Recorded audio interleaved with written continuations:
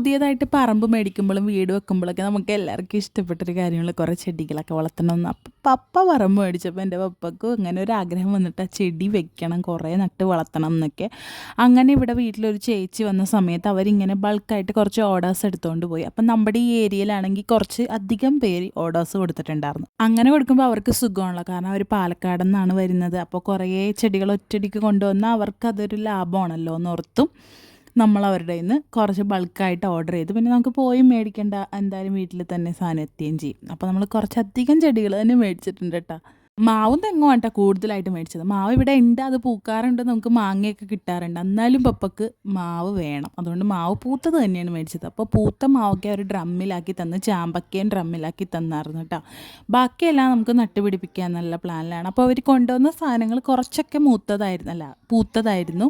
പിന്നെ കുറേയൊക്കെ കായ് വന്നിട്ടുണ്ടായിരുന്നു. അതായത് നമ്മുടെ പച്ചമുളകിലൊക്കെ നിറച്ചും പച്ചമുളക് ഉണ്ടായിരുന്നു. അപ്പോൾ അങ്ങനെ നമ്മൾ മേടിക്കുമ്പോൾ ഒരു 100 രൂപ 200 രൂപ അവർക്ക് എക്സ്ട്രാ കൊടുക്കണം, എന്നാലും നമുക്ക് കായ്ച്ചത് കിട്ടും കേട്ടോ.